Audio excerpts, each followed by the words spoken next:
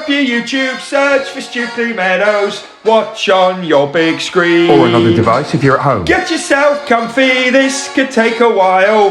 What a happy scene. Something new every day for your long-term memory. This is so exciting, it is nearly time for a Stukeley assembly.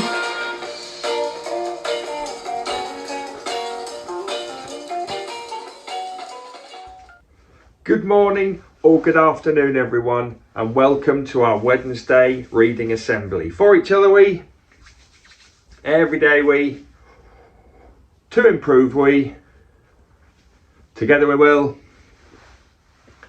Every single Stukeley day we focus on. Our Stukeley motto is, our Stukeley curriculum is, our Stukeley plan for home learning is. 4 words that make the magic happen. Yes, they do.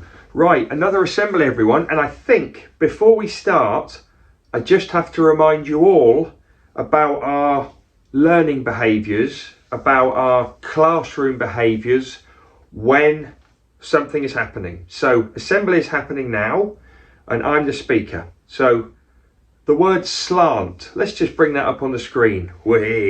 Slant. We use this word to remind ourselves to get ready for learning. So I'm going to try and do this at the start of every assembly, just to remind you all about our behaviours when we're listening to a teacher or we're listening to a speaker. So number 1, you need to sit up, make sure that everyone is nice straight backs and ready to go. You need to listen.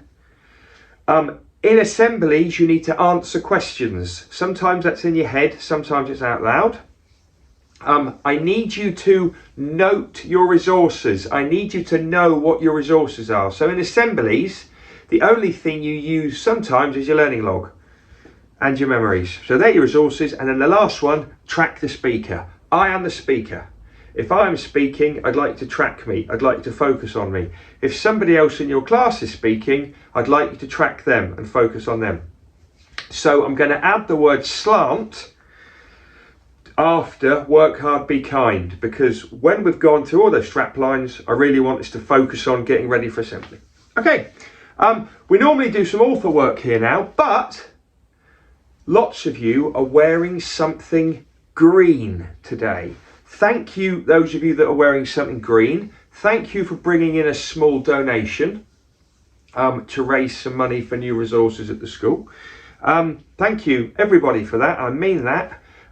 The reason we're wearing green is to raise awareness and to think about children and adults who've got cerebral palsy.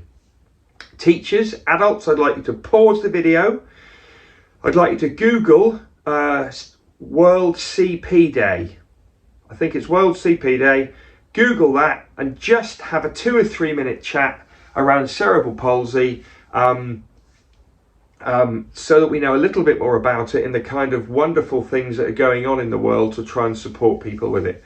Do that now, please. 2 or 3 minutes and then come back into the assembly.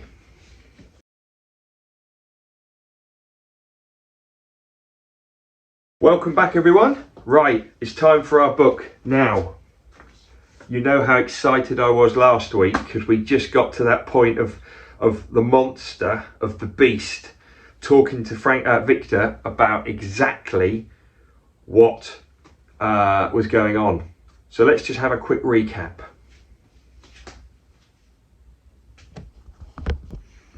Very, very quick recap in the book. It starts at the end of the story, but anyway, we go back to Ingolstadt, the university where Victor is. He decides to create a monster. He wants to create another human, another person. He actually makes a monster. The monster escapes.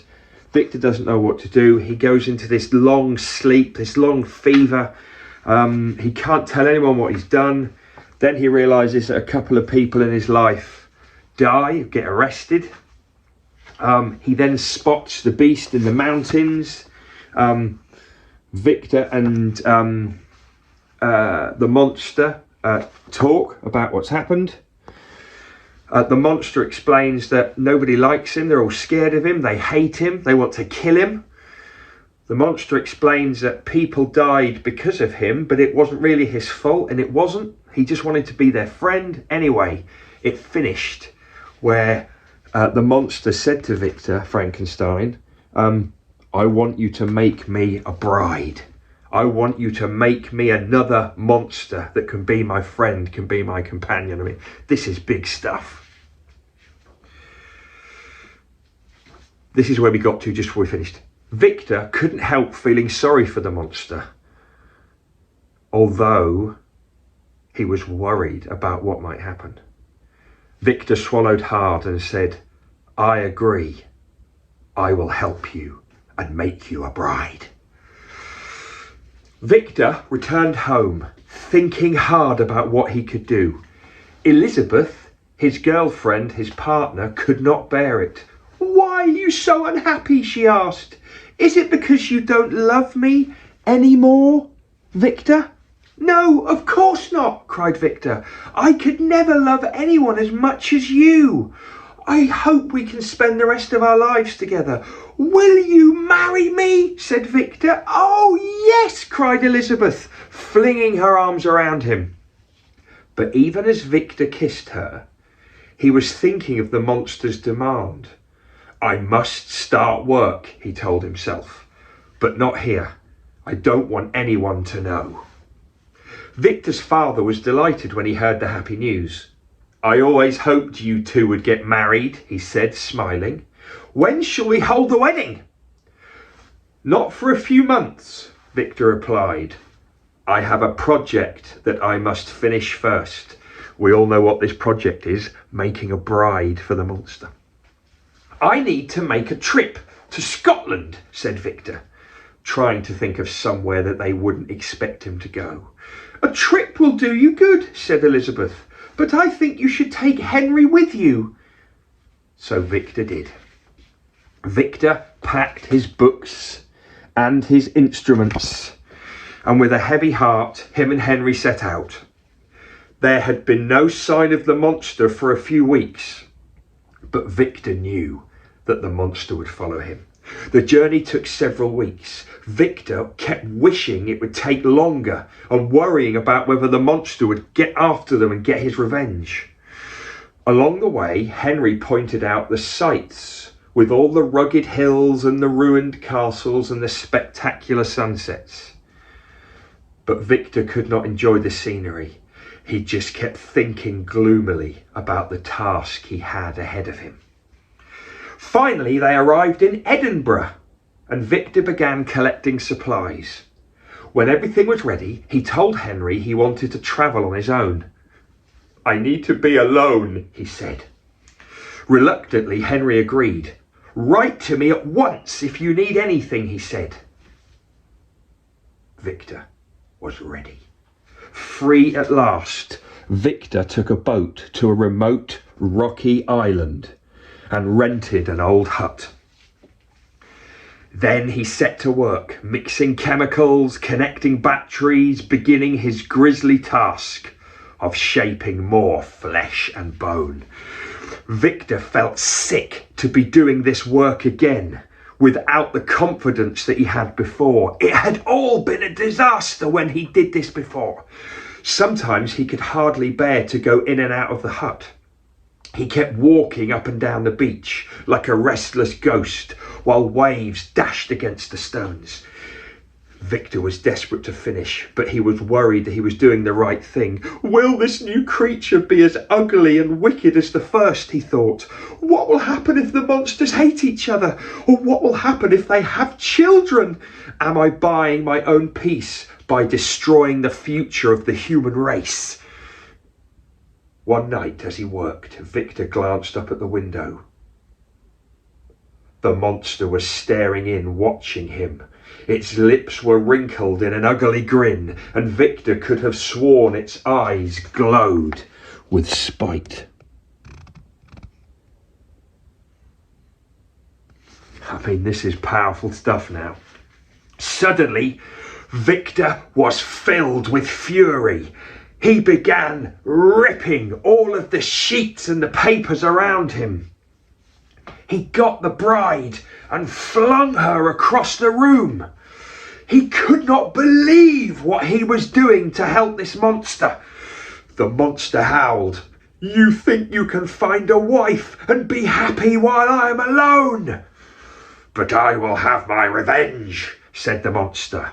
"I will come after you." Victor sprang for the door, but the monster was quicker. Moments later, the monster was disappearing over the water in Victor's boat.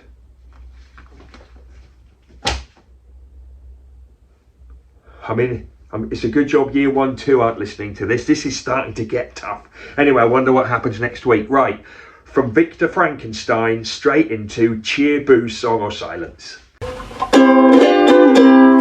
Will they get to cheer or will they get to boo? With either one there must not be violence. They may well get to song, but it will not last that long. We really hope they do not get silence. Hello everyone. No, I'm not time. Get back. Right, that was Mrs. Wing trying to do a Mrs. Matthews impression. We haven't got time, Mrs. Wing. Anyway, hello everybody, welcome to the Cheer, Boo, Song or Silence studio. Behind the curtain, we have Mrs. Wing. She is pumped and ready for Cheer, Boo, Song or Silence. I tell you who else is pumped and ready. We've got some year 1s in the mixer, and we've got the rest of the office team loving life, waiting for Mrs. Wing to emerge. But what will she get? Will she get a cheer, a boo, a song or silence? What do you think she's going to get? I hope it's a good one. Out you come, Mrs. Wing!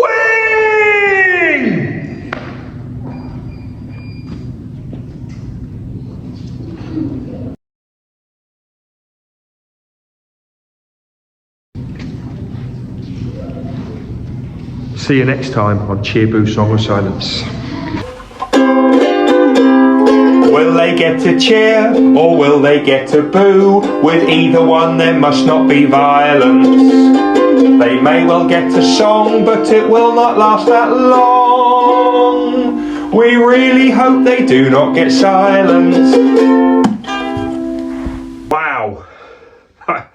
I mean, I'm really fond of Mrs. Wing. I thought we might get a bit of a boogie. Mrs. Arnold, I mean, she was loving it when she danced out. Mrs. Wing, well, that's the way it goes. Birthdays. Hey, hey, hey, it's time to say we've got a Stukeley birthday. Hey, hey, hey, it's time to say we've got a Stukeley birthday. Come on!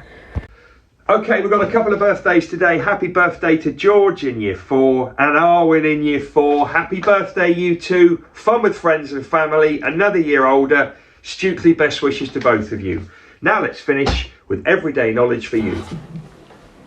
And we are learning to remember things worth remembering, learning to remember things worth remembering, learning to remember things worth remembering, everyday knowledge for you. And we are learning to remember things worth remembering, learning to remember things worth remembering, learning to remember things worth remembering, everyday knowledge for you.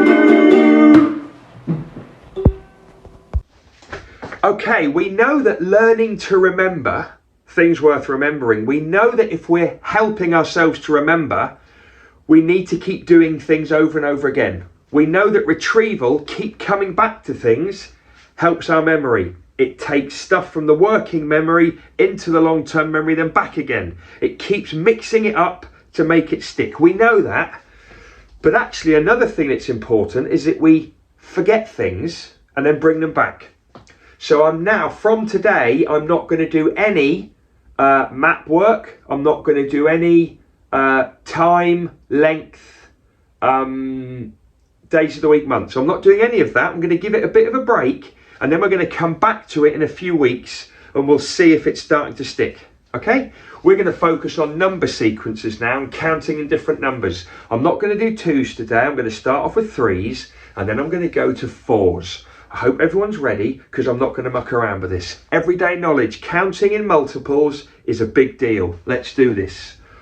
1 times 3 is, 2 times 3 is, 3 times 3 is, 4 times 3 is, 5 times 3 is, 6 times 3 is, 7 times 3 is, 8 times 3 is, 9 times 3 is, 10 times 3 is, 11 times 3 is, 12 times 3 is.